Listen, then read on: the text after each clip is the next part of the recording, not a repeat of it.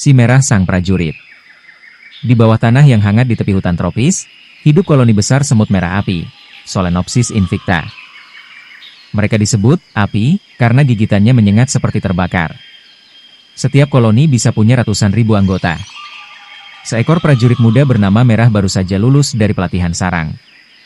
Ia bertugas menjaga ratu dan menjaga terowongan masuk dari ancaman musuh. Tugasku bukan hanya menggigit, kata Merah. Aku juga harus tahu arah angin dan gerakan tanah. Musuh bisa datang dari mana saja.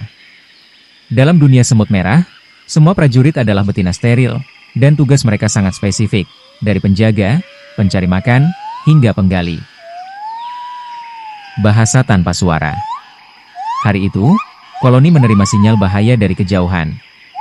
Tapi bukan dengan suara, melainkan bau. Semut merah berkomunikasi menggunakan feromon, yaitu zat kimia yang dikeluarkan dari tubuh mereka. Merah mencium bau tajam, peringatan ada musuh mendekat, seekor kadal. Bau ini, feromon alarm. Cepat ke permukaan, teriak Merah. Dalam hitungan detik, ratusan semut keluar, mengikuti jejak kimia yang ditinggalkan oleh semut pengintai. Itulah kehebatan semut merah, koordinasi tanpa suara, hanya melalui bau. Ratu sang pusat kehidupan. Di ruang terdalam sarang, tinggal sang ratu, satu-satunya yang bertelur. Ia bisa hidup lebih dari 7 tahun dan bertelur hingga 1.500 telur per hari. Merah melihat para perawat sibuk memberi makan larva dan merawat telur-telur kecil. Makanan mereka berasal dari protein serangga, tetesan gula dari tumbuhan, atau sisa makanan manusia. Semua energi koloni berasal dari telur yang ratu hasilkan, pikir Merah. Tanpa dia, kami semua perlahan akan hilang. Ratu tidak bergerak banyak. Tugasnya hanya satu, menghasilkan kehidupan. Semua semut dalam sarang adalah keturunannya. Invasi dan penaklukan. Semut merah api bukan hanya hebat di sarang, tapi juga penjajah ulung. Mereka bisa berpindah dari satu wilayah ke wilayah lain lewat tanah di pot tanaman, alat pertanian, bahkan ban kendaraan. Kami semut merah tidak berasal dari sini, kata Merah pada dirinya sendiri. Leluhur kami datang dari Amerika Selatan, tapi kini kami ada di seluruh dunia. Semut merah adalah spesies invasif. Mereka sering mengusir semut lokal dan bisa merusak ekosistem.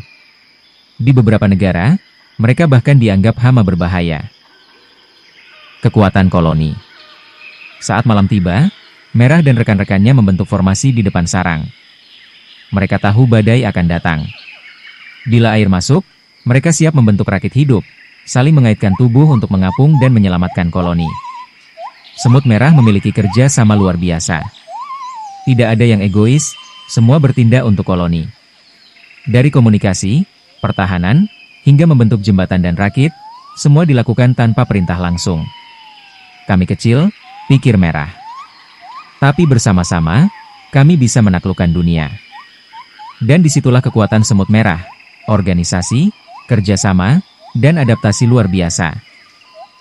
Semut merah bukan hanya hewan kecil yang menggigit. Mereka adalah arsitek tanah, ahli kimia, penjajah tangguh, dan bukti nyata kekuatan komunitas. Di dunia bawah tanah, mereka adalah pasukan yang tak terlihat, namun sangat nyata pengaruhnya.